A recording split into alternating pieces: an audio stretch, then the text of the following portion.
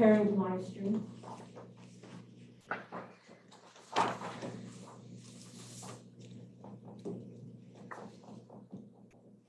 We're still waiting.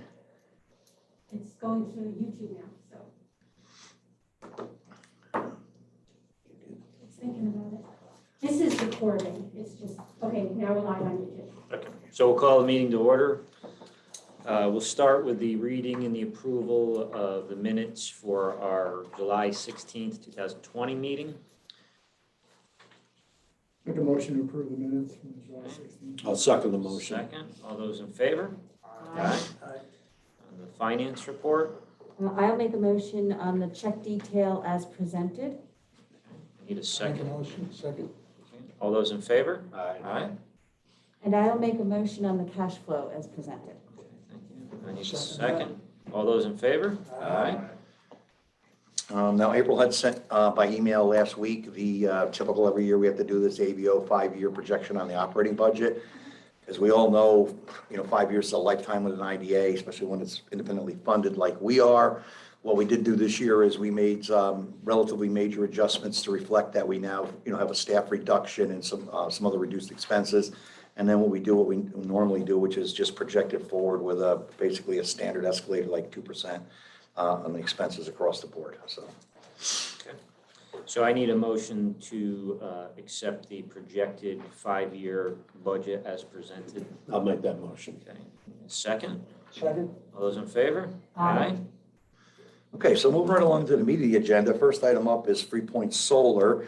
And I'd like to introduce Dan Boyd is here with us today from Sun East, who is working for them. And let me finish the process up here, and then I'll give Dan a chance to say a few words or answer any questions. They are now, this is the first solar project in Coxsackie that actually went in under the new solar law and was in the right zoned place. They did have to get a little bit of a use variance on part of the property because that property is basically split 600 feet. This is the one across from Pegasus Restaurant again, I apologize. The commercial use extends 600 feet off the road. Their parcel goes back further. They successfully got the variance. They successfully went through the public hearing and got everything else done.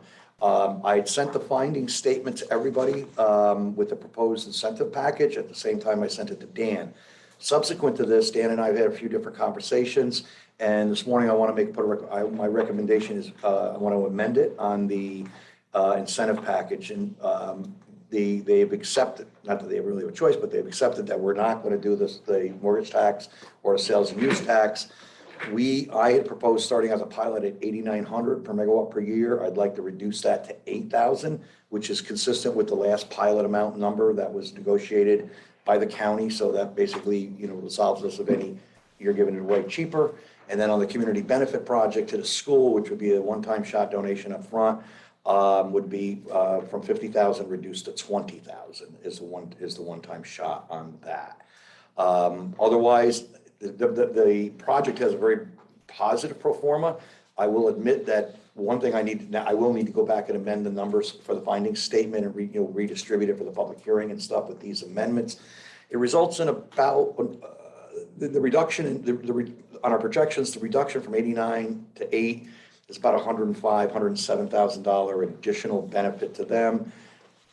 At the way the numbers are in the document right now, we will not have a negative impact on the pro forma. It will still be it will be positive. And then I thought about it later. What I hadn't done in the finding statements, which I will do, is I will actually have to go back into the finding statement and inject the sales tax revenue and the mortgage tax revenue, because as a result of this project happening, which we all know would not happen if the IDA didn't do the pilot, the county is going to benefit from those additional revenues. So they really should come back into the document on the positive side of this project's particular pro forma on that.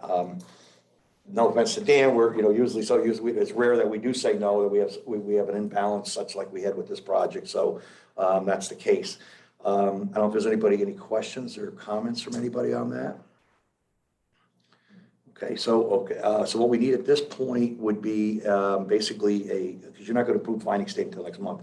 Basically, at this point, just need a motion to authorize me to set up a public hearing. And I don't have an exact date and time yet, but I'll get that done. So the motion would be to have the executive director establish a public hearing for a date and time. Oh, I apologize. I got too many projects. The public hearing will be next month before our board meeting. I forgot this is in Coxsackie, my apologies. So the motion would be to establish the public hearing for the project 3 Point Solar LLC at the next meeting of the Board of Directors of the Greene County IDA. Okay, good. Dan, anything, would you like to add anything, or does anybody on the board, I know we've talked a lot about solar, and we don't often have a developer here at the table with us. Is there anything you'd like to add, or? Yeah, and I'll take this off for a second, just so you can see my lips, just in case I'm pretty far away. Nice to meet Why don't everybody. you come up here? Sure, Oh, sure. okay. It's nice to meet everybody this morning. I guess the one question is, does it need to have the terms that you're kind of putting into this motion No, that we'll, we're discussing, or is that? we will adopt it in our finding statement, which Of course. the IDA is required to issue a document called finding statement, and we'll approve that, so that will have the final terms within it. Okay, so yeah, again, Dan Boyd, we've been working with Renee as well as the town of Coxsackie for quite a while now. I came into the project back in January, so we're fairly new to it. We've been working on the project since about 2016. So as Renee mentioned, kind of all the approvals that are necessary are through. The final approvals that we need are this, the pilot here, as well as to finish up our incidental take permit with the DEC. The field has been known to be used for foraging for northern harrier. So we're working with the Greene County Land Trust to help expand the net conservation benefit of the Greene County Land Trust. And that's the last kind of piece of the pie. We have big hopes to actually get into construction later this year and hopefully get the system in before significant snowfalls. What's your construction window you think to get in, to do? The good thing about smaller scale solar is and especially in this part of the state, I don't think there is truly a construction window. Yeah. I think we could probably do most year round, but as everybody knows, it's always Yeah. more efficient to do things when the ground's not frozen. Yeah, So gotcha. I think the idea is, as soon as we can get moving, it would be really nice to get it in before the end of December. Right. And so, Dan, the only other thing that I would add is that, and I'll speak with council when we get down to this, is we're probably going to so as far as changing the terms and that, we're good, okay? I'll make the agreement. We won't have a problem with the public hearing. We'll defend it. It's a good, solid pro forma. This is a good project, okay? So we're good on that.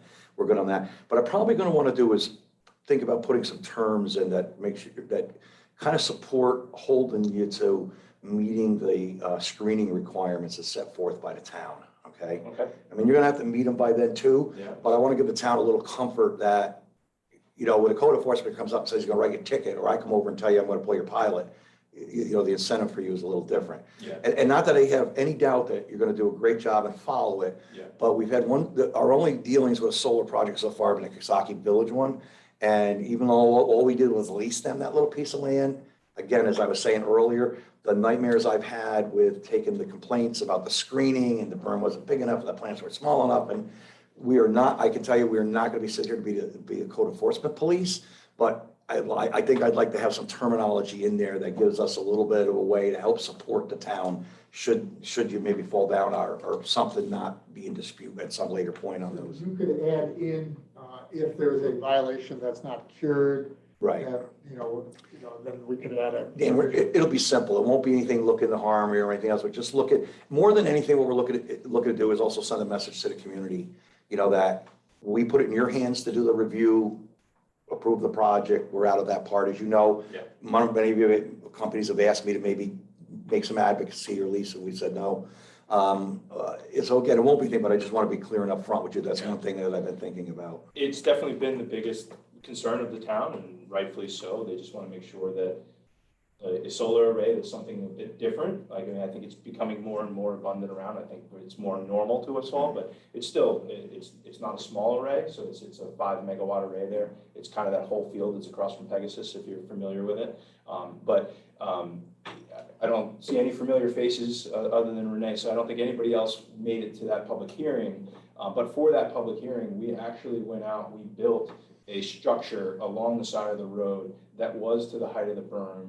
We bought a bunch of Christmas trees, the ones from, the artificial ones you put up in your living room, if you don't want to do it the real way. And we had them out there, and the folks that came got to see exactly what we're planning, what is in the drawings, what is in the permit, that we were seeking. So, I think we've set the standard pretty high for what you need to do to be able to do this. It's a pretty substantial berm. We're talking about 6 to 8 foot plantings, not talking about 4 foot plantings, letting them grow in. They're coming in pretty substantial. So where'd you end up on a, sorry, go ahead, Dan. How high is the actual berm, and then we have plantings above it? I think it's 2 feet from the center line of the road. Like, so Yeah. where the road is, it'll be 2 feet above. So in a few spots along that road, you're talking a pretty substantial. Yeah, there's two pretty good dips in there that are gonna take a little bit. Is that pretty typical? Have you had to do berms on other projects? No, No. this is a first for me. Is it? Yeah. I've been doing renewables for 15 years, wind, solar, fuel cells, batteries, all Yeah. of the microgrids. I've never had anything to that extent. I understand the concern. Like, it's all, beauty's in the eye of the beholder, and, Sure. I think we Yeah. all like looking at trees and things like that, so Yeah. I think it kind of, helps everybody kind of be comfortable with it, but this is absolutely a first. So you actually did mock-ups with some trees, that's pretty And good. then what I had Yeah, noticed, didn't know that. what I had noticed, even I went by one day and they were out there driving in all the rack piles. I said, what the hell? And it dawned on me immediately what they were doing is they were setting up, they put about 30 of them out all over the property. And what they were doing is to create a better architectural rendering. So that way, when they took their photograph and then tried to put panels on that, they actually had reference points at scale Okay. on the landscape where the heights would be on these, which I'd say it's the only company I've seen do that so far. It's pretty And we good. also took the board out to see that Yeah. too, so they can get an idea of what it would look like height-wise in the field. Yeah. So they really understood it. Okay, and then the board, anybody else have any other questions for them? So we need a motion to set that public hearing. I think I did a Or motion. to- Yeah. Yeah. I'll second the motion. All those in favor? Aye. Dan offered it and seconded it. So Dan, give me a couple days, I will, today's Thursday, by Monday, I'll send you the revised, by the end of the close of business Monday, I'll send you the revised, finding statement, so, confirm the changes that we talked about. And then we'll just need you or some representative to be here, on September 17th, is that the date, I believe? Yeah. I'll be here. Did they allow you to cut the trees? Because I have a 5-foot berm that I built in my house. And I put white pine on there. And I've had to cut mine 3 times just to top. They because grow they- fast. They go unbelievable. Very Plus, fast. I mean, what happens is if you don't top them, then the bottom falls out. So you've defeated the whole purpose Yeah, of what you're yeah. doing. Or deer eat, Yeah. the deer eat half the bottom. Well, they don't like white pine. Not white pine. It's arborvitae they like, it's the filet Yeah. mignon for them. Yeah. So we do have a full management plan in there. I don't know exactly if height-wise what we're allowed to do. The experts at TRC are the ones who supported us through this. I can. Well, the one thing is if they go too high, then they shade, there's a shading problem, so you're gonna have to trim them. I They're think. pretty far away from the Okay. array, being out by the road. I don't know that we're worried about that. Okay. As an agency who has spent tons of money on, I want to see some berms, I'll show you some berms we built. Well, I've seen them along. They'll make it look a like long time. pikers, the ones you gotta A build. little mountain. So we're not trying to, we're just, again, that is the one issue that everybody's sensitive to. Sure. And again, I think my wanting to put some language in there is more or less to just show the support to the town that, hey, look, if there's screening's an issue, it's the most important issue you have with the site plan, and here's some backup, we'll back you up on that. You could give it to, in a final unresolved violation that is not fixed within a period of time, that gives them plenty of time. Yeah. And, so notice I and agree. cure periods, because we don't want to get into policing it, but you No. can say something like a final unresolved violation, then that could potentially lead to, I guess we should probably then take them through our policy where they would have a potential loss, so then I think we'll direct it that way. It's Yeah, probably- okay. We'll work the language, I think Okay, it's not so gonna be. And so would it be just a reduction in the pilot or removal of the pilot at that point? It could be, so we have a process where if you don't meet your goals, we can bring you back in, it's statutory, and then you have an opportunity to appeal why you didn't make it. And I like, think that's fully. I think it's pretty fair. We're fine. yeah, with that. and like most IDAs, you'll find our recapture policy is definitely not show up at the door the first meeting with a check. Yeah. Sure. Where, we're in the business to help. And we're business. talking about something I see, it's a non-zero chance, but I think it's. I agree with you relatively also. difficult for us to And the do point this. being is you'll have plenty of time to fix it, which Absolutely. is, which is what you need. Sounds more than fair. Right. Just, I'll mention also why we are on solar, that the Village of Coxsackie Municipal Solar Project 1 is finally getting its final inspection this week and should go live. In the rain? Yeah, so, what, basically, and Eric, you just had Eric sign it on the bus, on the bus, okay. If you remember a while back, they've been negotiating with them, we had a 20-year lease with the company, and the village had a 20-year PPA. They basically got caught up the project, I won't get into why, but I will say this much, these guys handled the site planning process the way they were supposed to, A to Z. The other one was not so good.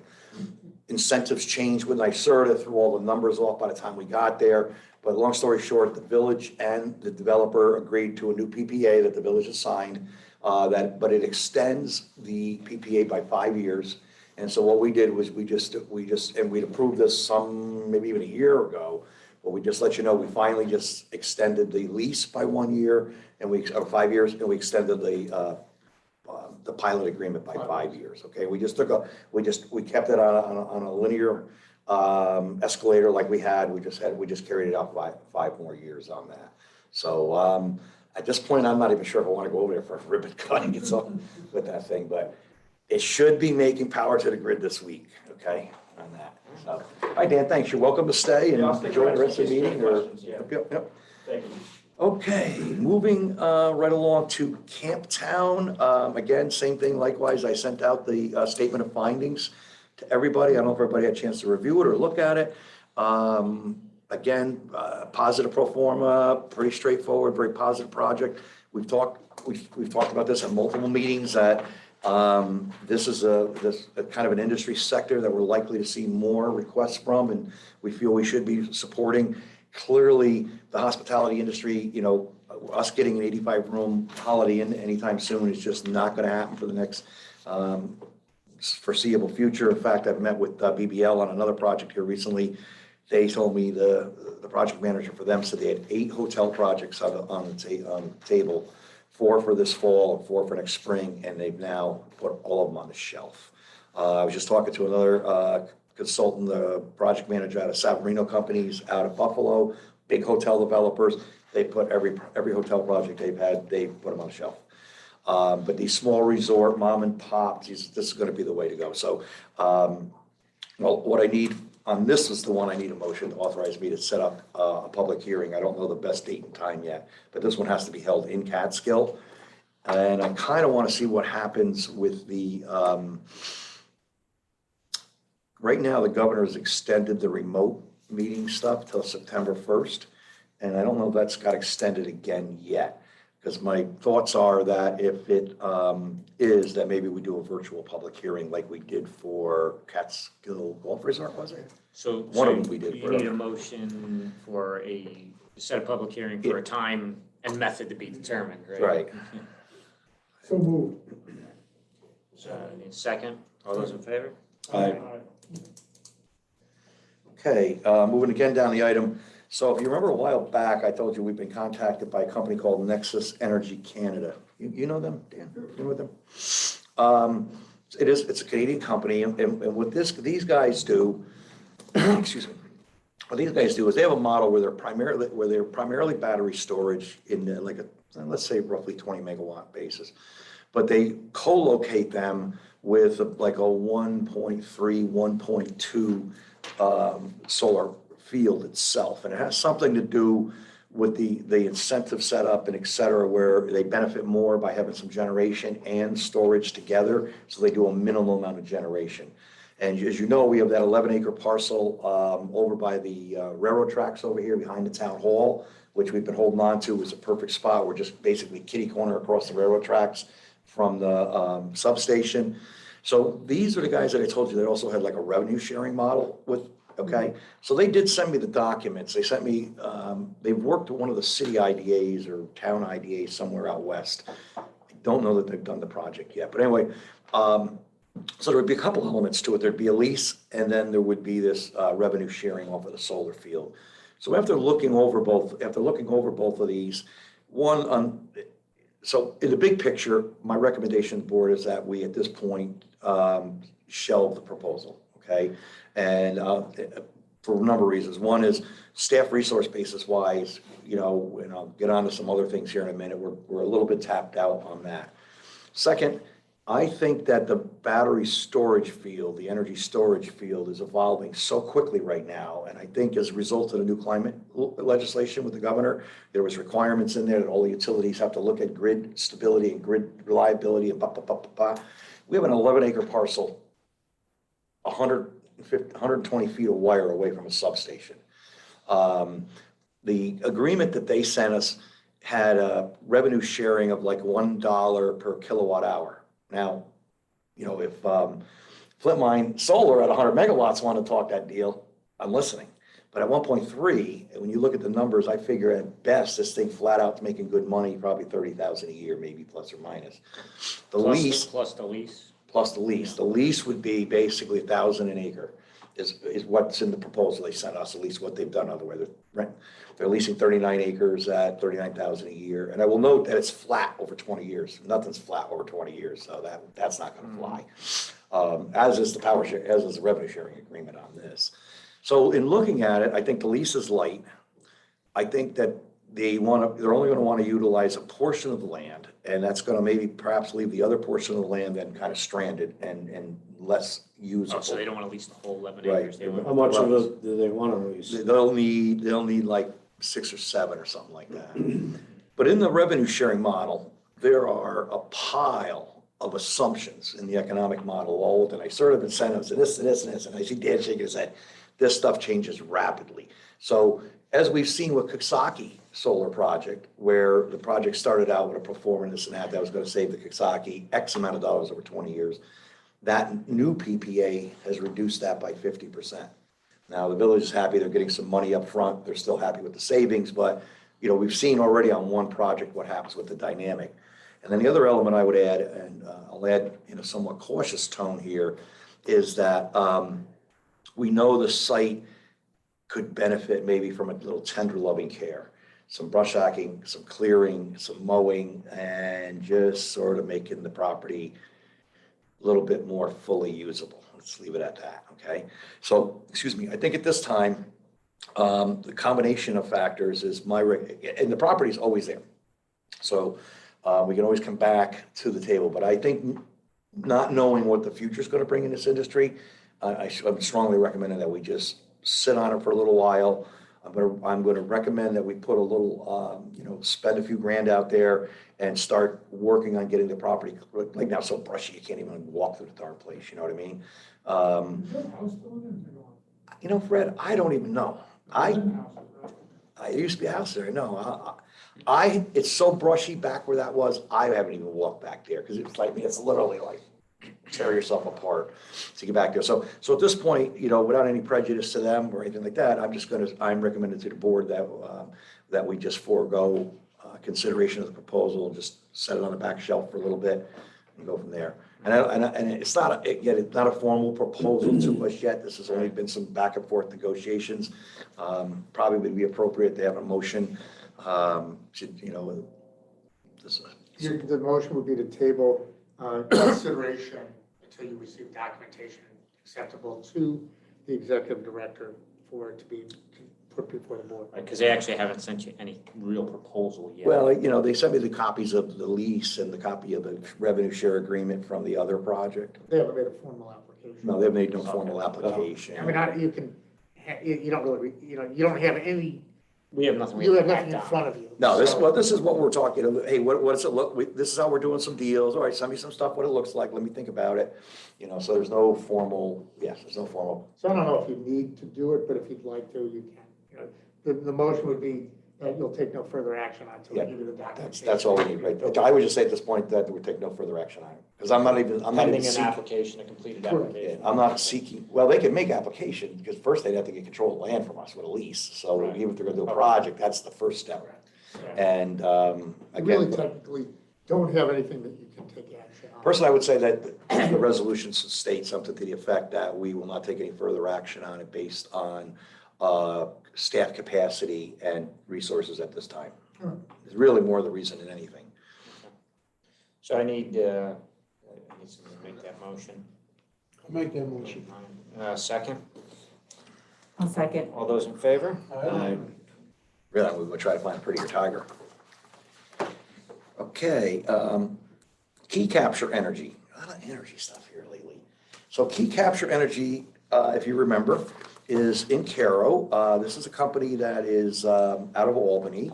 And Ben Broder used to work for Cypress Creek, is working with them now. So I don't know Ben before this, but other people in the county are familiar with him negotiating Cypress Creek pilots. Decent guy. But the proposal here, so the map I sent everybody around in the Dean Kelly Map in a Month series, which we're reinvigorating post-COVID.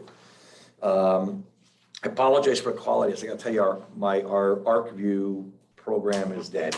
And, that's on the old Windows 10. It's the old version.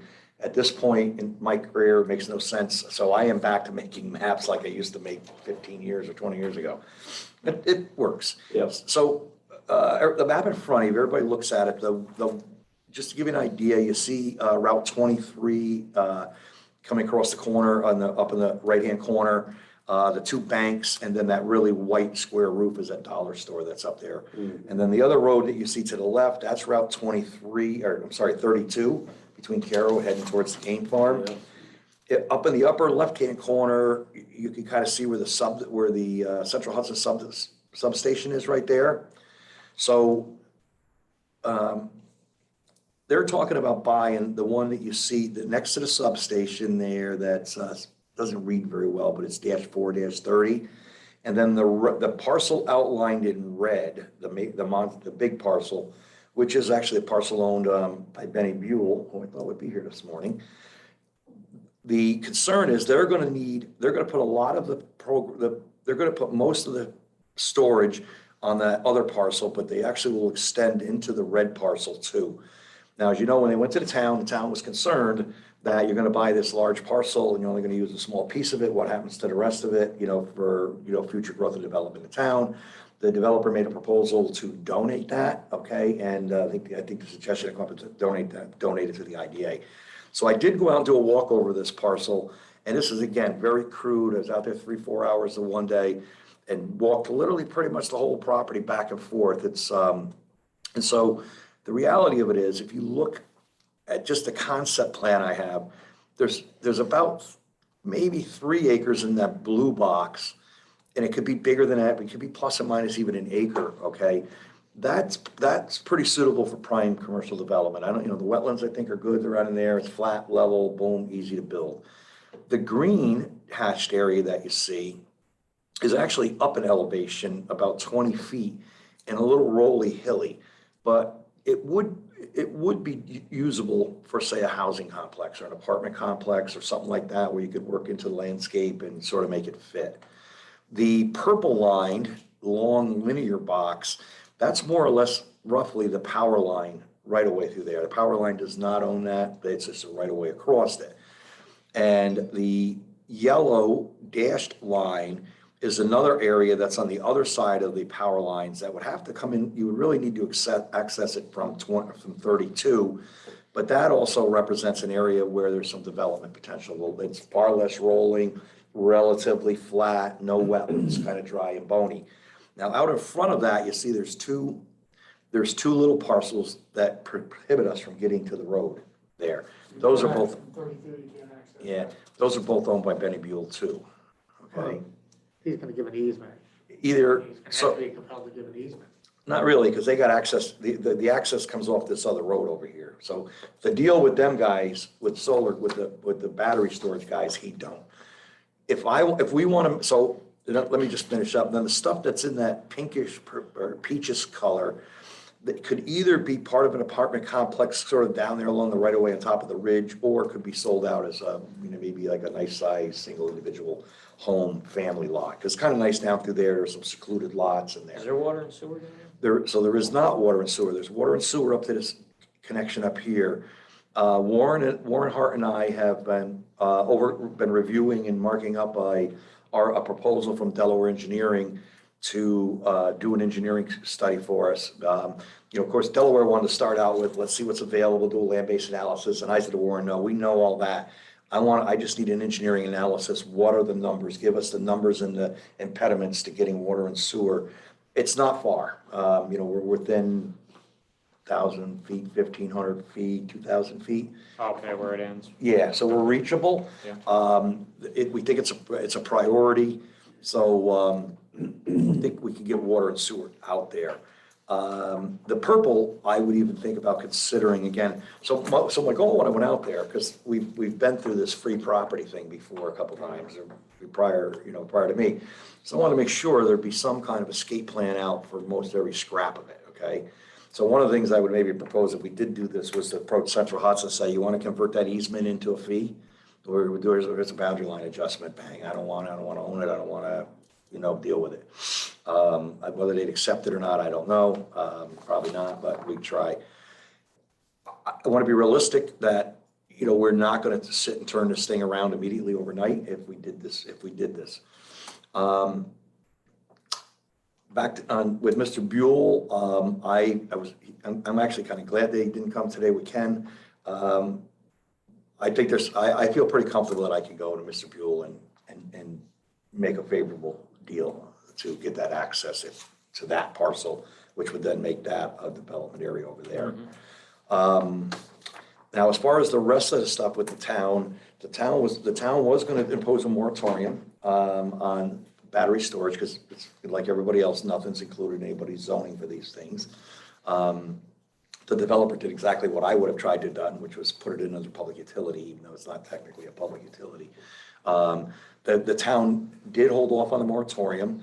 The town is, if they can come across with a way to make this property get in the hands of somebody who will kind of push the development, or at least more so than these guys would do. And then they've also sat down and negotiated, they have rough terms for like a community agreement directly with them on the taxes. I tried to point out to Key that it sounded an awful lot to me like a pilot under 487, but he said, no, it's a negotiated host agreement. I said, okay, well, all right. They would come to the idea to make application for sales and use tax, mortgage tax, and a pilot. I have not made application yet. I have no idea what any of those numbers look like at this time. The only other thing I'll note about the land is that they have noted is that when they do make application, if the land came to us, they would be looking for some consideration on, of course, the IDA transaction fee. So as everybody else always wants to get in our pocket in the end, and I understand part of their point, but again, I've done no number. I take that back. I did some back of the number back. They have pitched out there some numbers on a pilot. Battery storage is unique. We've had this conversation before. Nobody's challenged this in court yet, but if you go into 487, in section 9, where it says that the communities may require a pilot, it says the language, beginning part of the law speaks to battery storage being part of the law. But then when you get into the part about the pilot being required, it's silent on the storage. It just really touches on a generation. So again, this has not been tested in court. My feelings are that if it did, the courts would say, well, you can't be part of the law, not all of the law. But then again, who knows? So I looked at just, all right, from starting perspective, did not bring in the mortgage and sales tax or the mortgage and sales tax exemption yet, because I have no idea where the starting point basis for that. But looking at their numbers, and then looking at what the property is making now, and what I did, April did, is we generated some averaging numbers of values in tax generation on somewhat comparable commercial properties around. It's really a win-win. I mean, I think that little like acre, 2 acres, 3 acres they're going to need is producing something like $1,000 a year and all in on the revenue now, and it probably will produce like 14,000, something like that, or more with the pilot. So and then when you consider additional tax generation and stuff for future build out, it's even more positive yet. What's the total acreage of all this, the whole package? The whole piece is just over 20 acres. 20 acres. They're going to need to take. That's a separate piece in the corner, so they're gonna buy that. Part of it's gonna be up on the dry ground on that and part, so we wouldn't, So Get that the whole 20 20, acres, we're is probably that gonna net- inclusive of theirs? or we're not? probably gonna net Yeah. 18 maybe. 18 is what would be left over flipped to us. Right. What do you think the value of that 18 is, if you had to just ballpark it, undeveloped, just flipped over, what do you think we're sitting on? You know, we're probably averaging, Without the water and sewer, yeah, but we're still, As we're, is. we're still probably 7 to 10 an acre.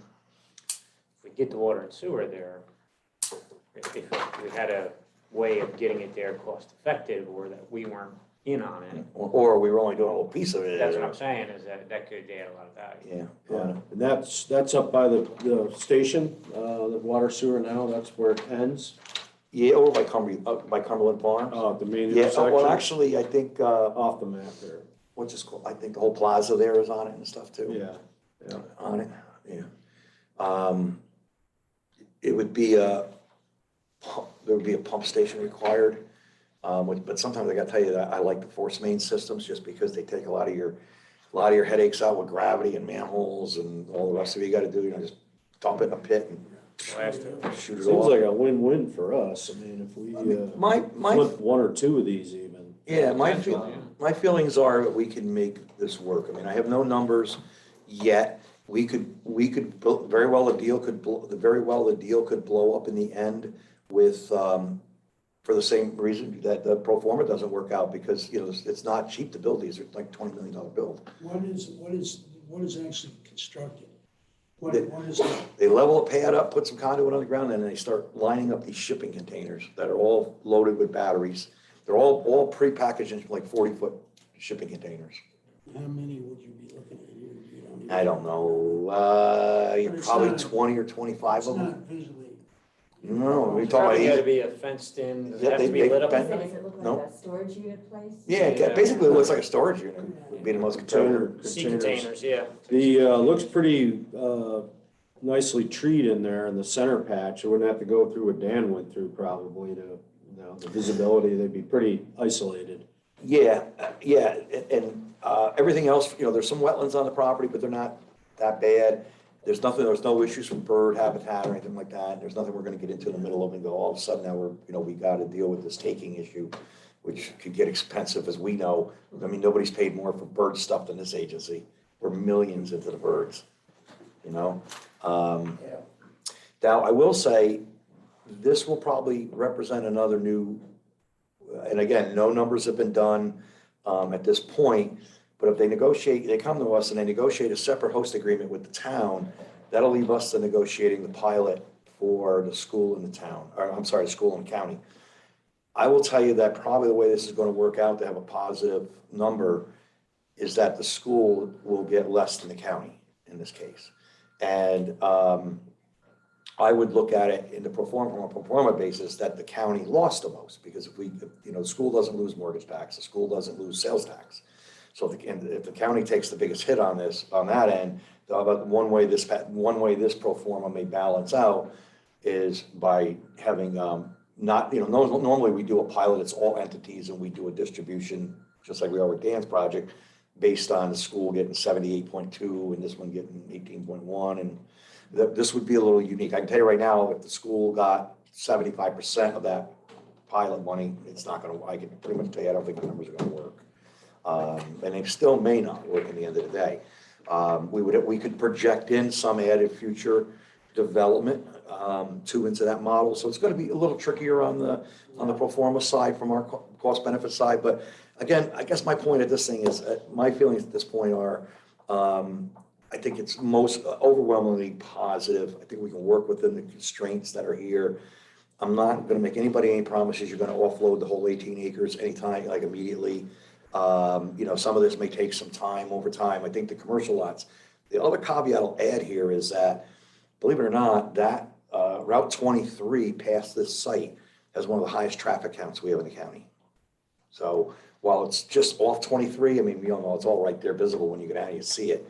That's some of the highest traffic counts. I think the value is just in the blue and the green parcels that you have, and maybe, move the green so you get frontage on that little spur. So you have the blue and the green have frontage there, just change the way you have it divided, and those two alone, Yeah, well, yeah, because then one thing we'd have to work out with them is they'll want to retain like a 20 or 25 foot right of way through, because they want to put their road back through there. yeah, that can go along the purple.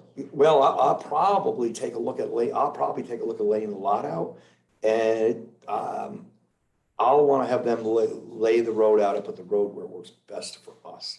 Yeah, Yeah, okay, and at some point in time, their easement may be, like the first 100, 200 feet of it might go away, and it might become it might be an Arby's parking lot. You know, just like we did at the, business parks up here, you know, the easement for AT&T comes off the backside of, Save-A-Lot's property. Remember, Paul, we had to relocate that. So we reserved the right across the property, but eventually at some point, their little gravel road actually went to a parking lot with a gate at the end. Now they go through the parking lot to the gate versus a little gate at the front of the gravel road. So, again, all I guess they really need today from everybody is just see if we're all the same on board. Let me pursue this. I'd like to go speak to Mr. Buell, because I do think there's some ability up here. And I think, I don't want to say anything too prematurely, but I think I have, an ability to negotiate something very favorable that would then free up another, what could be a commercial node or for a commercial development site over there on that side. You need a motion for that, really, or? No, I don't Okay. think so. I think I just need to know board concurrence that, sounds good to me. what I'm working on and the dealing and wheeling and stuff's happening. Okay, good. Key capture energy. So I also mentioned Kasaki Solar. I want to add an item under, new projects. So I went Tuesday and met the new owners of the infamous Friar Tuck. Now, That had to be entertaining. the best, I'm waiting on additional information, but, it appears that it was, a new set of investors. There, again, is some, Chinese involvement with some, good veteran, whatever that is. We know we had Chinese investors the last time, which were sort of, an issue with, not the Chinese part, but they were an issue for us as they just didn't do anything they said they were gonna do. It was a mess. These new owners, have hired, a company, Savarino, out of Buffalo. These guys are monster players. I mean, they work all over the country, hotel, all kinds of development.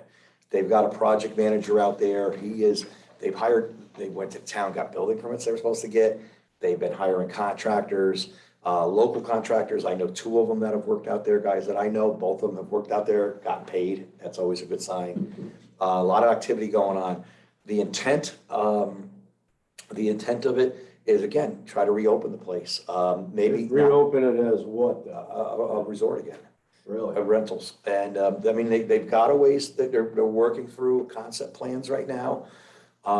They would do is the buildings out in the front, the two-story buildings, I think you call that Nottingham Village or something out there, right? They've already put all new roofs, all new soffit, fixed all that and everything on it. They're working on, window replacement now. So they would do rentable, hotel-type units and then commercial downstairs. They're looking at things like maybe, they're running all kinds of numbers on different performers, like a mini golf course, mini putt-putt, doing a winter skating rink. I think we both know, especially in the wintertime, if you had a really nice complex for professional outside skating with shops and all that, I think you would draw people right off the mountain looking for other nighttime activity or family activities to do for alternates of skiing, right? Would you think so? Yeah, Um, and looking at the old time, personal resort Right. style. Yeah, That's what they say anyway. and the conversation we had the other day, they're even talking, they don't know if they'll even do the main building over. There's some structural issues with this. They're running some engineering analysis and some cost benefit analysis now, and they may very well decide that that unit's not rehabable.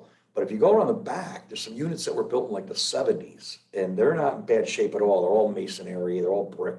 So to refit them is pretty easy. Got the rooms, redo them up, I met one of the owners, Elena. I was immediately impressed, you kind of know in this business when you're talking to somebody who knows what they're talking about or don't know what they're talking about. Had answers to the right questions, asked the right questions.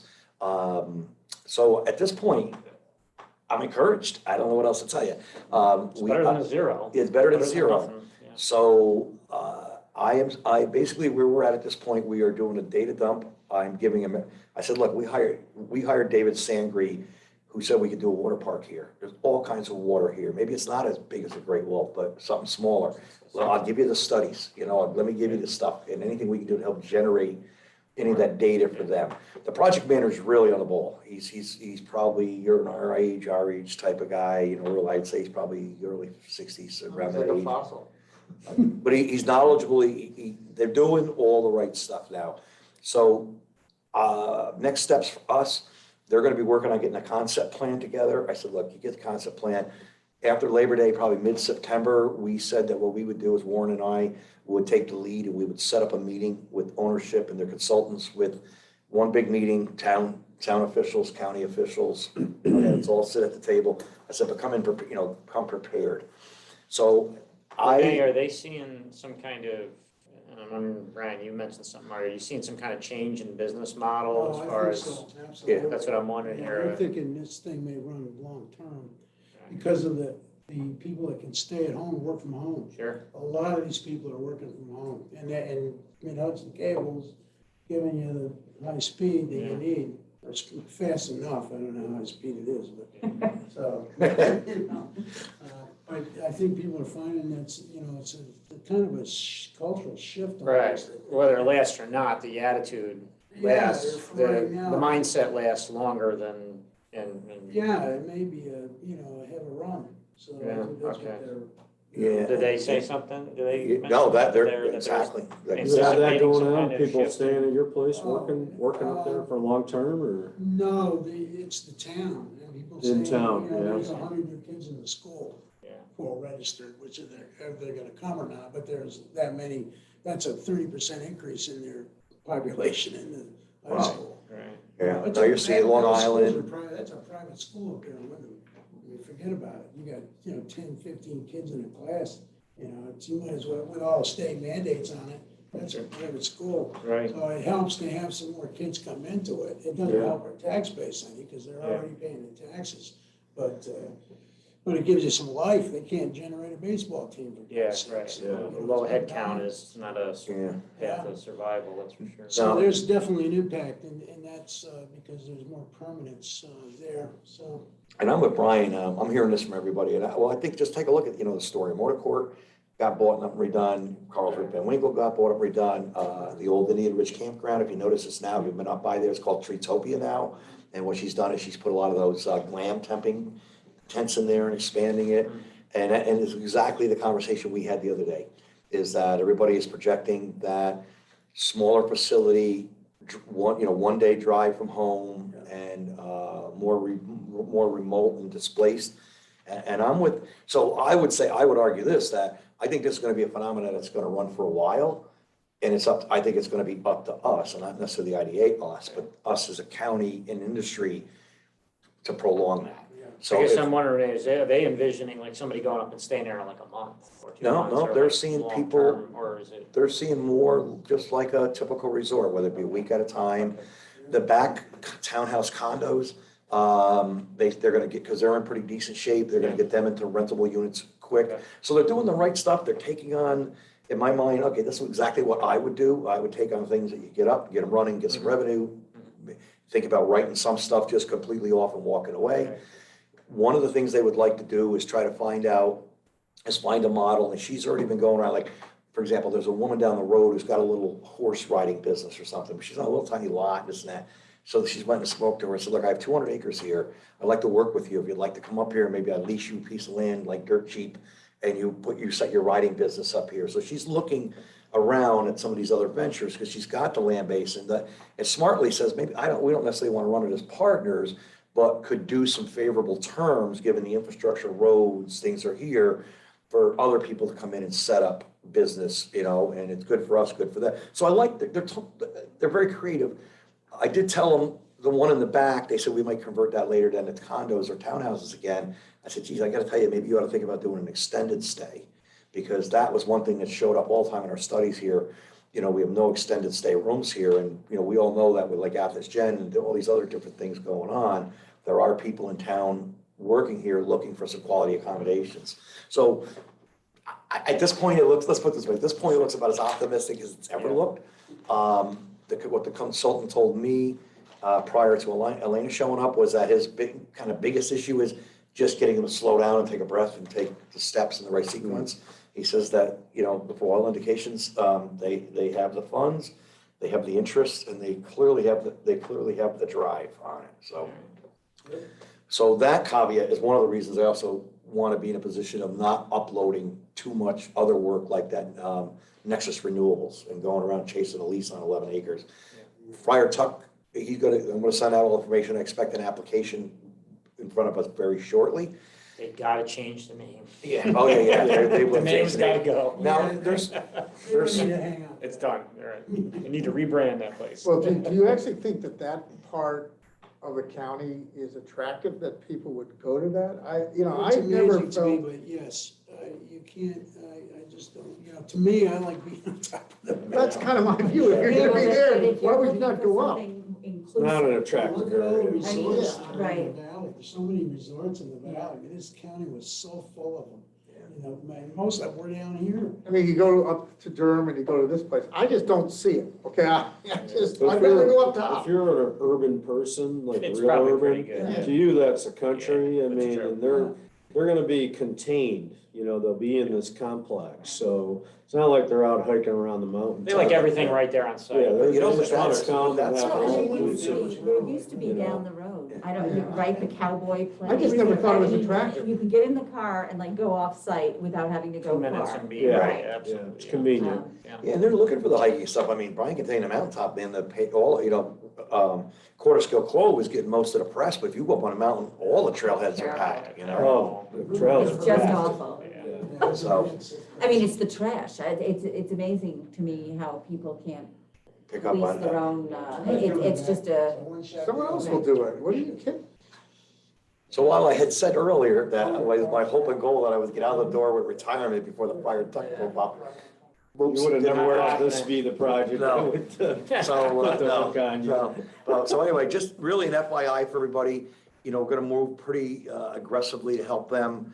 And again, one of the reasons I don't want to load up the workload is that I have a feeling in this case, I'm probably gonna, extend some of my skill set to their team that I wouldn't normally be in, say, an IDA function. And you guys know what I gotta do. You know what I mean? So, okay.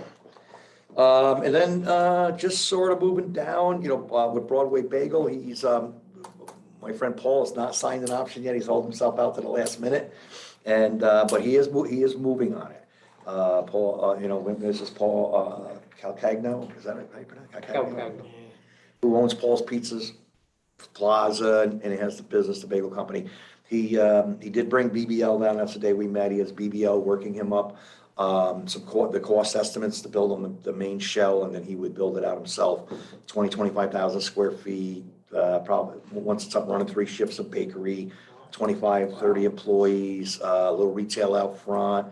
I told him clearly, if the package comes out as he's presenting, we clearly would be there, more to say, across the board with the normal suite of benefits, So he trucks these bagels to the city or something? Excuse me? How does he get rid of He's them? distributing now from, down around Kingston to Saratoga.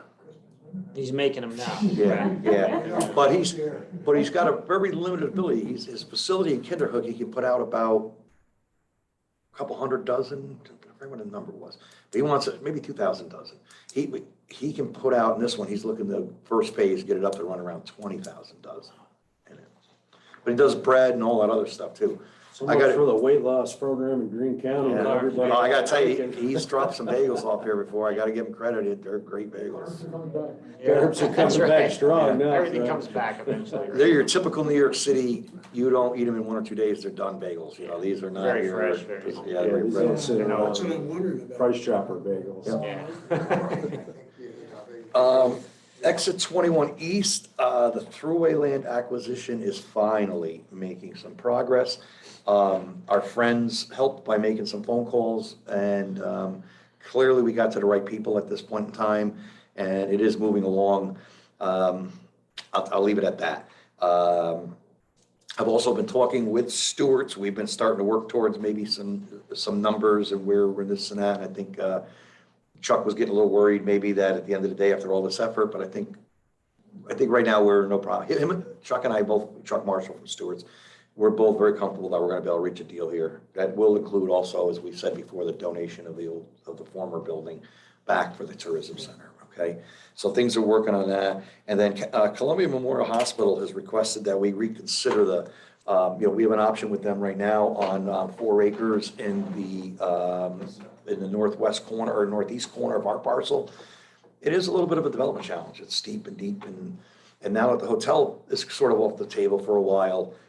They've asked, would we consider maybe allowing them to go over on the Quality Inside? And I said, look, my preference is no, but let me float it to the county. I'll also tell you that lately my preference is indifferent. Let's get them built So somewhere. they want to take the Quality Insight? Yeah, back part of the Quality Insight. And why? Do they want to do that? Well, Cheaper cheaper, to lesser develop. construction costs, more high visibility. So from my perspective, I hate we're on camera. Obviously the Quality Insight is a priority for development so that we can kind of close the books with our partners and, go on our merry way. So I really literally kind of put it back in the county's lap and say, look, we're your partners. You give us some direction. Do you want us to sit on 3 or 4 acres and hold it for a hotel for some, but you may be sitting on it for 3 to 5 years plus. But if that's what your direction is, then, okay, we'll do that. Or we find out some other more compatible use, big, retail, something that'll generate a lot. Because keep in mind, a medical center is not going to generate any sales tax. And it may not generate property tax, depending on how the model is set up with this. I have been adamant with Columbia Memorial that there will be some kind of payment on taxes, whether it's negotiated up front as part of the sale with us, that there'll be, a voluntary payment in lieu of taxes versus an IDA pilot necessarily. There will have to be some kind of generation of some level of property taxes from this project, one way or the other. On the county parcel, if the county decides no so, Excuse me, has the hospital validated that they're going to own the property? they have not yet. They have not figured out, how the model will work. So we're really not sure, because it could, like could a ver- lot of the Albany area, they're not, even though they're under the umbrella, they're Least. leased, right? Right, and that is So what I am they're on the encouraging. tax rolls. I am strongly encouraging a situation where a BBL or someone like that comes in, builds a facility and leases it to them. They just really haven't got Or that far. private equity, which is what's happening Or more you- than more than a developer. Right, so again, we don't know, but but again, if it comes up to be their ownership, then there's gonna be an expectation that, and Jake Halen, the president CEO, has been very, very okay with that. He's like, we understand, we work something out up front, we know where that is, we work that into our pro forma. And it's not uncommon, some of the hospitals in Albany have been making some token payments here voluntarily on that. Yeah, my only thing with it, Renee, is that, in terms of visibility, their actual best visibility is right along the thruway. In terms of, you will only see that place when you get off the thruway, Yeah. which is for a hotel, is what its highest value is that proximity right to the exit. We've been down this road all the way down, Yeah, and so, but- don't forget, so I was the one holding out, you don't need your mask if you're comfortable, Ken. I was the one that was holding out for exactly that reason. But again, the county, others were like, hey, we should maybe have, we want the medical center. So my point has been, in this case, I have at least, and I have documented emails and other things, I've at least pointed out to the county at each point, you want this medical center, we all agree, this medical center could be good, it could be a catalyst, it could generate other things, it could generate some newer and better, higher jobs, but it may come with a caveat. They come with a piece of property that does not generate sales tax, that's a highly favorable location for something that would generate sales tax, and it may or may not generate a property tax at the end of the day, and I want them to be comfortable with that.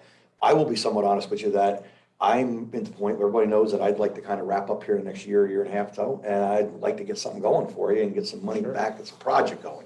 So I've sort of stepped back from I'm just gonna hold my toes in and we're waiting for the best use. Everybody, if the county's happy, everybody's happy, good, let's run.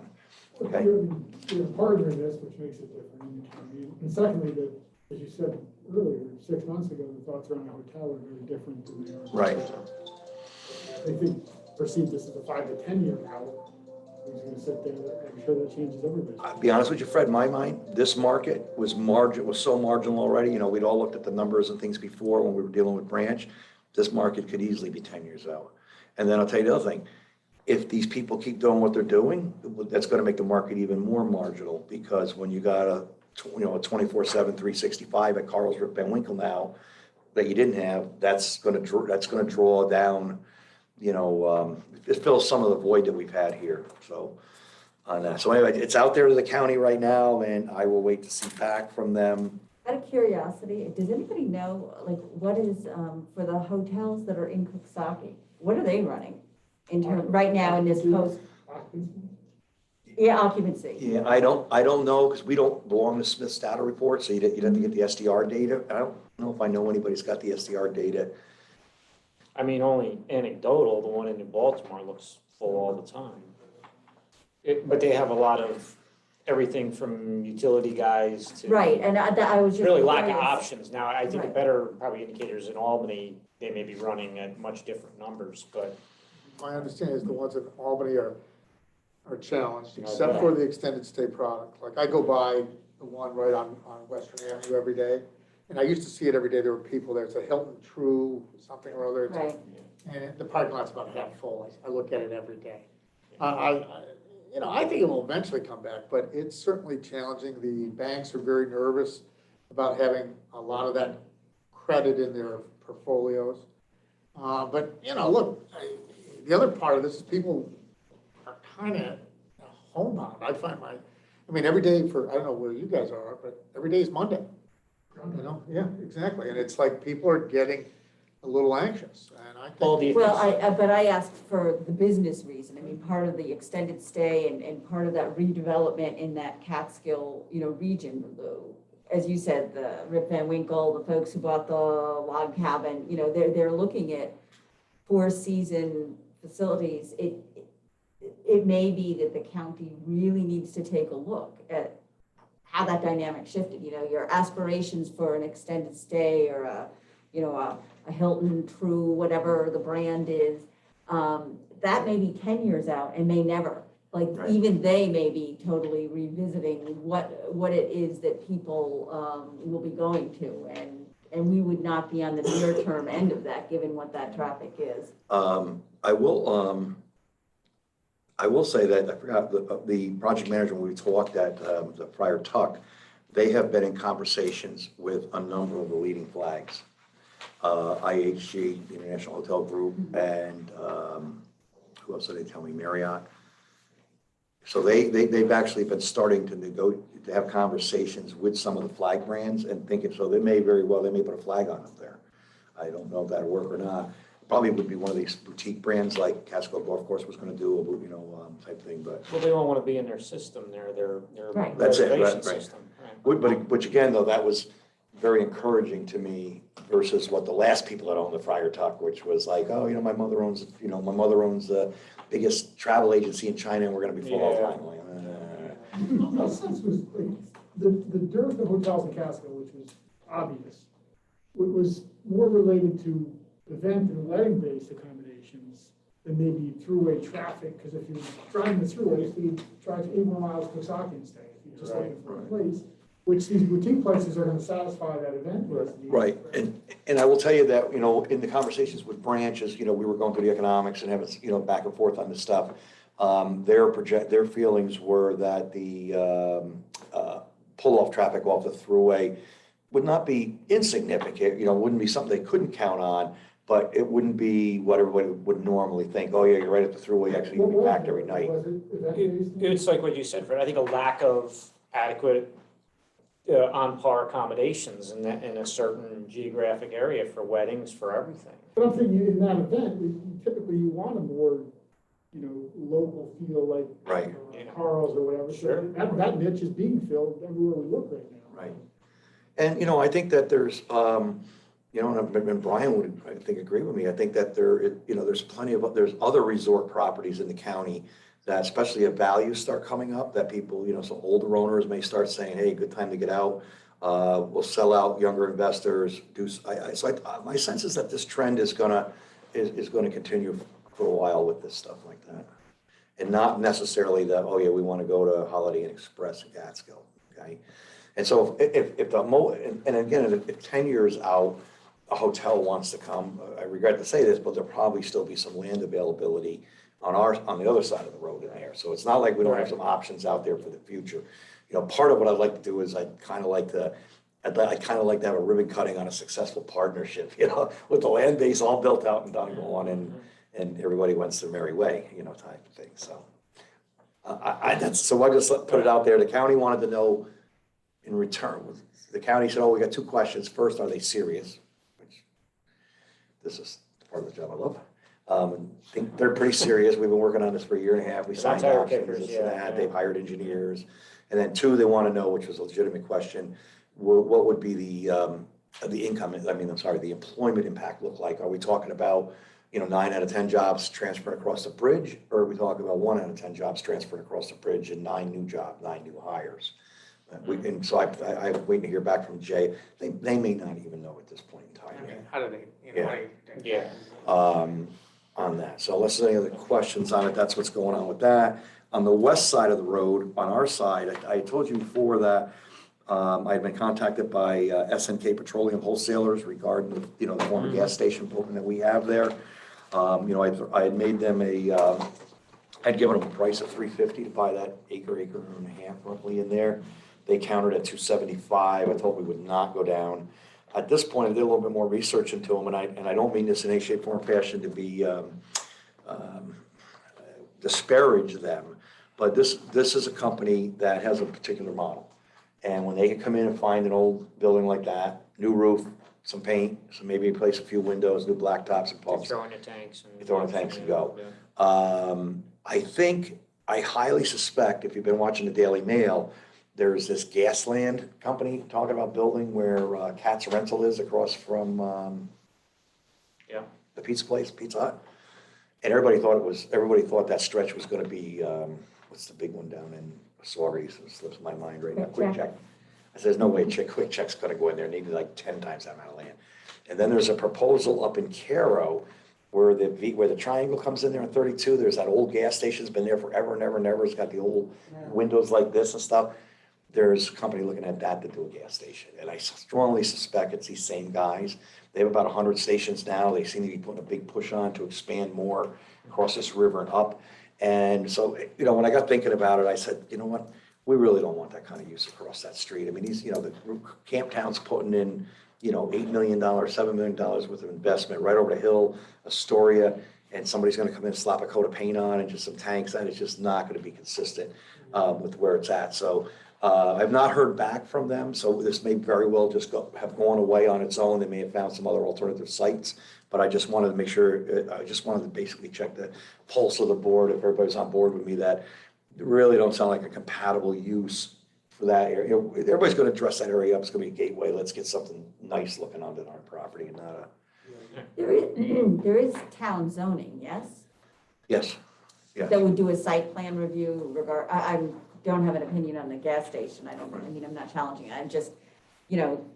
They would have to go through some sort of Right, process. you would think in terms of trying to figure it out into the neighborhood. Yeah. If they had a degree of rigor to their commercial site plan standards. My sense is, and I think Catskill has a very good planning board, very diligent, but I don't think they have nearly the code requirements under architectural details and things like that to really give them the teeth they need to push it to the element, you know, kind of put it where we, like not like we have up here, trying to get that real look and feel.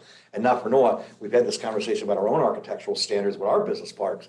And while I'm less concerned about them up here, I think this is one area where I'd be very sensitive to it, being it's the gateway of the county off the thruway exit, you know, on that. So this would be place I'd be more sensitive to architectural detailing than typical. I agree. I think that's a conversation that maybe at some point we should have with the town board or something, you know, especially as that, because people are coming in and making those kinds of investments. Well, we could make it conditional if there was a sale. Right, well, then they really ought to look at their own, to have a If they degree came of back on a continuity for a 350, this vision. is a Right, condition of what we want in the sale of. right, even without the sale of that property, they ought to be looking, given the investment that people are making in that region, and that they want to grow from it. And I think that's it.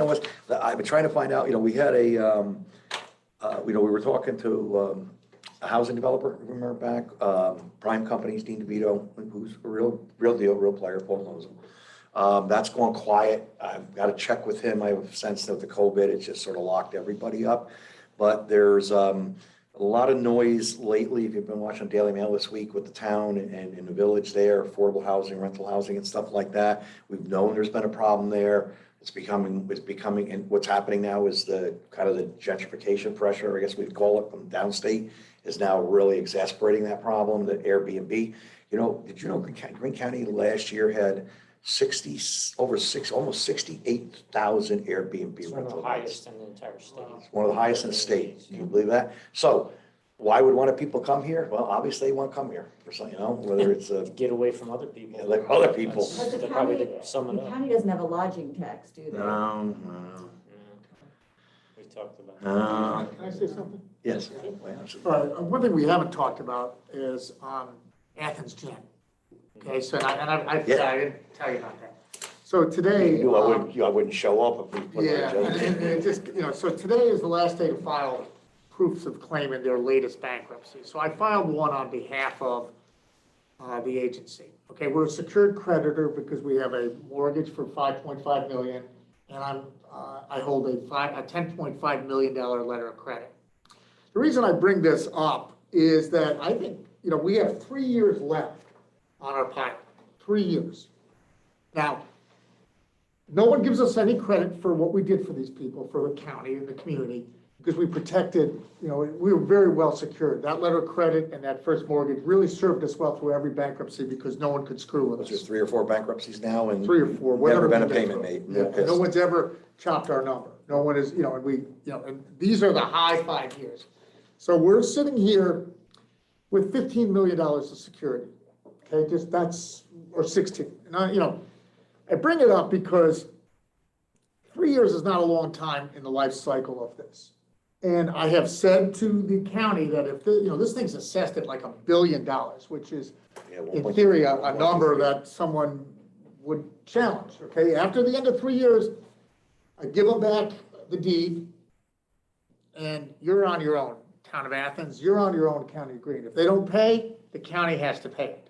So I think we should write the county a letter saying, you guys, you have 3 years, and after that, this collateral package goes away. I give back the $10.5 million of letter of credit. Now, that thing goes down next year to 5.5 and change million. Okay, just because the way we worked it off, the first priority mortgage of $5.5 million always sits out there. So we have a first position, because remember, a pilot, just so everyone remembers, does not normally carry a lien on it. If you don't pay your real estate taxes, you and I, there's a lien. The county gets it and they can foreclose. This is a contract. So that's what's the whole rub, and that's why we were pretty successful at how it was structured. But we need to kind of put the county and the town on notice, and the school, saying, hey, guys, 3 years is left. We're sitting here pretty well protected. You guys haven't figured out that we protected your ass, but at some point.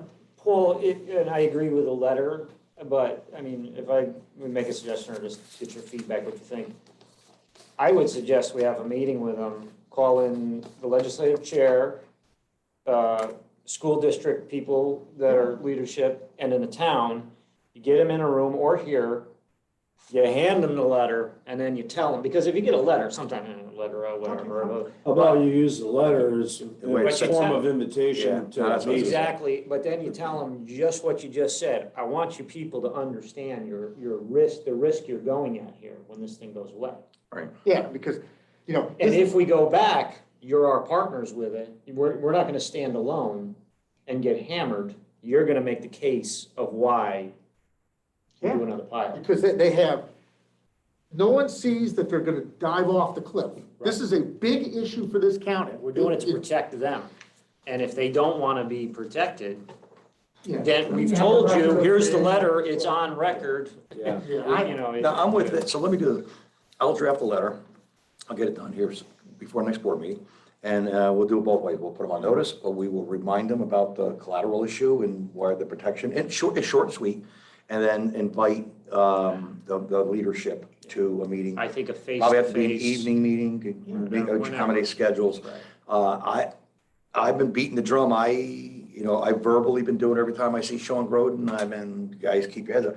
I will admit, I don't have much contact with the town of Athens, but I have given Rob Butler and others and their legislator, hey, but it would be good to do, because I don't know if you guys know, but when Lee Palmetier was still a legislator, and they were just initially debating, it was back in the jail debate days before they approved the jail, Lee was representing to the county that you just wait for the Athens generating pilot to end, it will pay for the jail itself. And I said to them guys, yeah. Look, I did so just do back of the envelope numbers really, really quick. Paul said it's at $1.23 billion in assessment now, okay? Crazy number. They moved it to that number, I think, the spring of 17.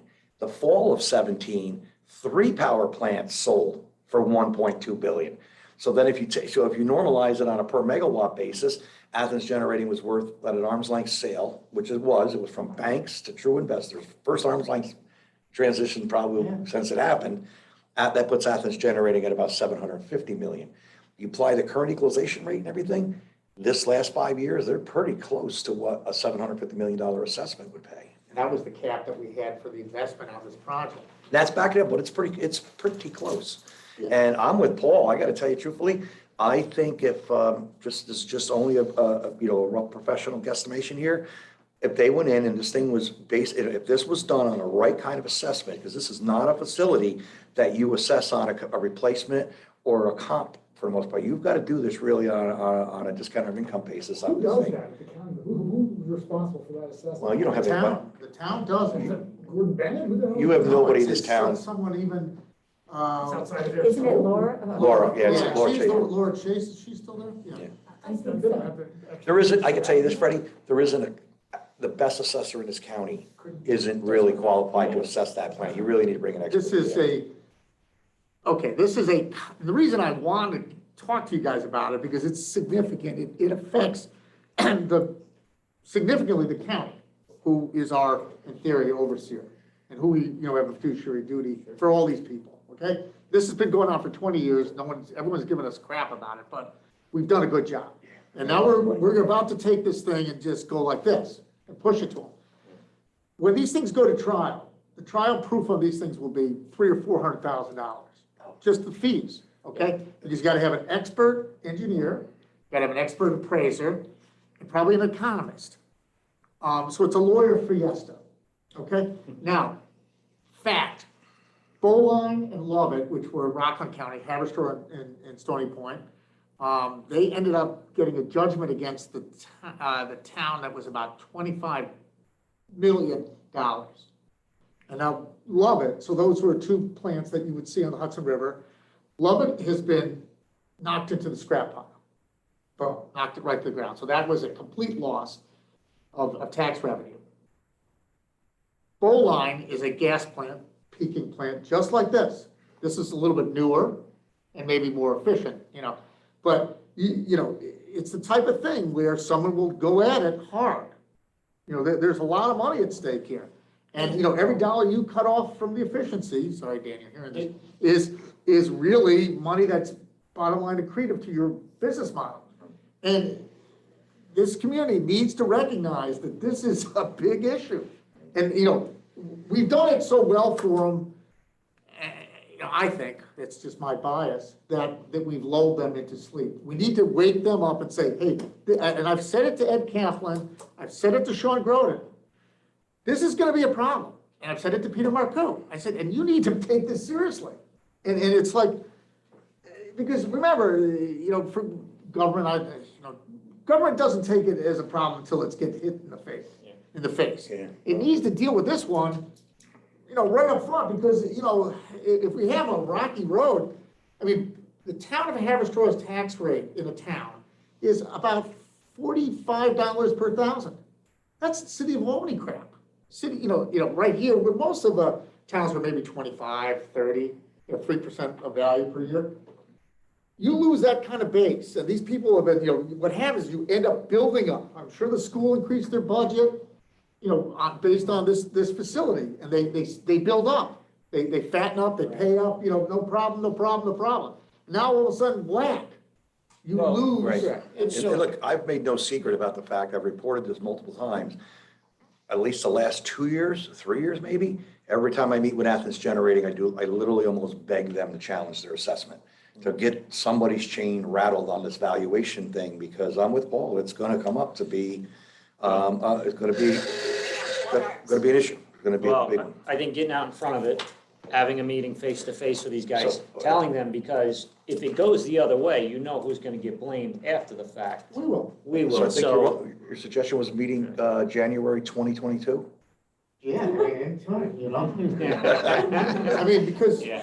you know, next year, my letter of credit goes from Renee will be 10.5 to long. 5. Only that long, but I'll eat that. I'm I- hoping it will. You know, I'm just telling you. I'm with you. All right, so let me get a letter, let's get it going, and then I think we need to get them at the table on this. Right.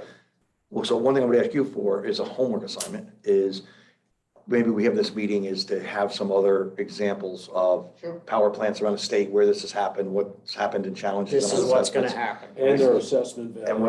And, we don't need a ton, but, just so we have some examples, like, look, the town spent $500,000 defending this, and in the end of the day, they got wiped out on $20 million worth of assessment.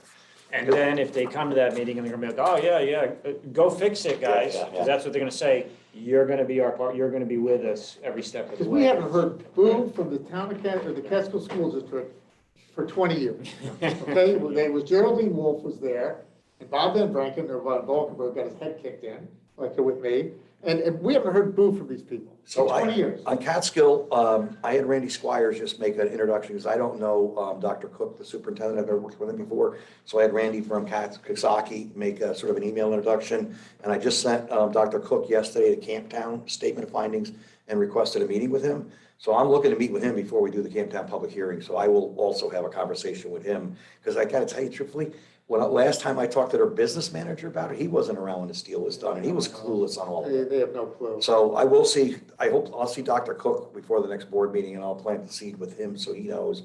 But let's get a letter out and suggest that we convene a meeting of we don't need everybody, somebody represent the town, the legislator, the main people, the county treasurer, at the table. I think the other thing is that the known financial impact that is coming to school districts and all that due to the shutdowns, all that. This is not another one they need to get punched in the face with, of not being prepared, all that. It's gonna happen if they don't, Yeah, and I think I know their lawyer, because he was with me when I took out that IBM plan and had the assessment reduced there. So I'll give him a call and say, hey, listen, because these people don't have a clue as to what this thing right now, I think it's a $3 million a year payment. More than that, right? Right, 3.25, I think it's the last couple of years, because it cliffed up. So, right now is the time that they should be thinking about, they're gonna have to get off the crack. I think last time I did the numbers on it, like for a town of Athens, that payment, that revenue stream is about 64% of the budget. Now, also for us, it means we lose that power payment, whichever, I don't know, what that is. I mean, my sense is It's gone anyways, right? I don't see that coming back, to be honest with you, but you're a good negotiator and I'm a good negotiator. Yeah. Well, Let's try for Peter, it. I forgot. that's all we can do, right? Yeah. So, I just think that, people wanna blame us, but they're gonna fall off the cliff themselves. And, I'm trying to save them from themselves. I looked at the numbers, and I sat there last night when I was preparing the proof of claim, and I know this, I have a book like this, and I have all my notes as to what it is. It's 20 years. We're at year 17. It's unbelievable. that's fast, so. So, All right, let's get the ball rolling on it and get going. I'm with you 100%. yeah, see, and then in the back, there's another schedule with the adjuster, the high-low.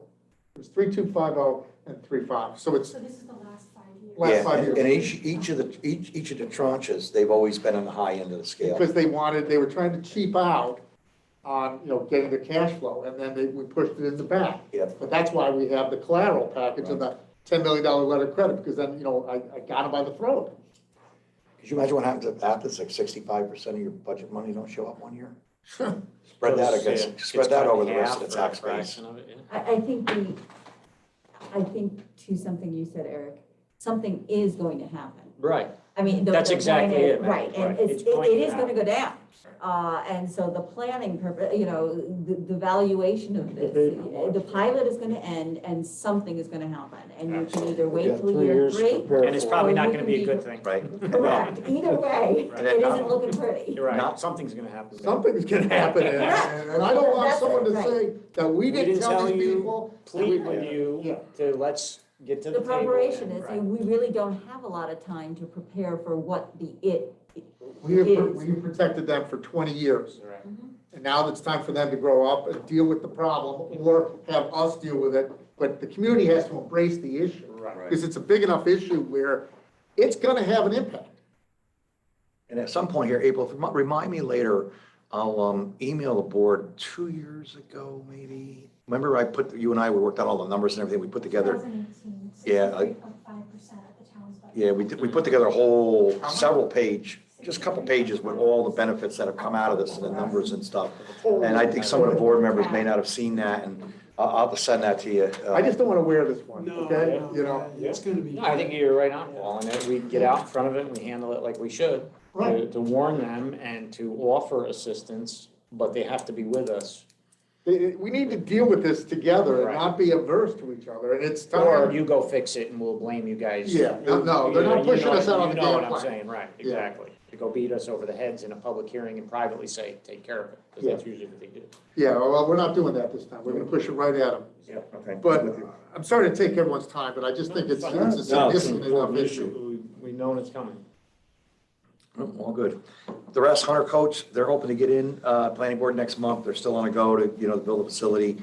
Empire, Aaron is working down there. As you know, when you start getting all state grants and all this stuff, then there's a lot of I's and T's you gotta cross before you can, start. When's the water plant supposed to be done? They're right around the same schedule there, it looks like. Well, the water plant was supposed to be done, November this year. Oh. But No. you buy down there, it's not gonna be done by November. And a lot of it had to do with COVID. I mean, Yeah. there's a lot of custom fabricated stuff in there that got delayed just because of the supply chain issues on that. But he is moving on his, and then with Catskill Golf Resort, I checked in with them. They are looking at pushing off till next year. Basically, it sounded like, in talking with David Vipler, that, the banks that they've been talking to sort of wanted to sit and see sit for a while and see what came with with the sector. David did report, though, that, golf was up 25% this year over season. Have you experienced the same thing? Okay. He said, well, God, I wish I had their units now. So I think I think it's gonna be a good go. It's a good place. It's a right size thing, 45 like units, 50 units. It's, what I mean? It's gonna be in that sweet spot. But he did go and formally get an extension for 1 year on his planning board approval and stuff. I said, look, we gave you a 3-year window. If we need to extend that later, we'll extend that later. So I think that's everything that I have at the moment, unless there's anything else any of the board members have to bring up or add on. So we need a motion to adjourn. I'll make that motion. Nobody run away. Yeah, we have to do LDC. Quick LDC. So I get a motion to adjourn, need a second? Second. All those in favor? Aye. Okay, and then, Those two. we need a motion to open up the LDC? Yes. I need a motion to open up the LDC meeting, for some housekeeping stuff. So moved, Eric. Second, This is real hard one here. We need a reading and approval of minutes from March 26, 2020. Make a motion to approve the minutes. second, all those in favor? Aye. And then likewise, likewise, what's that? January minutes also. Oh, February minutes also. January. Oh, the January, I apologize, I didn't read Make a that. motion to approve the January minutes from the second. All those in favor? Aye. Aye. And again, the other is the ABO 5-year budget. I mean, we literally have less than $16,000 in the bank. This is, Okay. everybody knows kind of. We need a motion to accept the 5-year budget as presented. I make a motion. Second, I'll second it. all those in favor? Aye. If everybody just make sure they initial the, Yeah, make sure the minutes are going around, everybody signs those. That's all we have for the LDC meeting too, so we could, if somebody wants, we can adjourn that and, so I'll make a motion to adjourn the LDC meeting. We need a second. second, All those in favor? Aye. Okay. We're done. we're done. We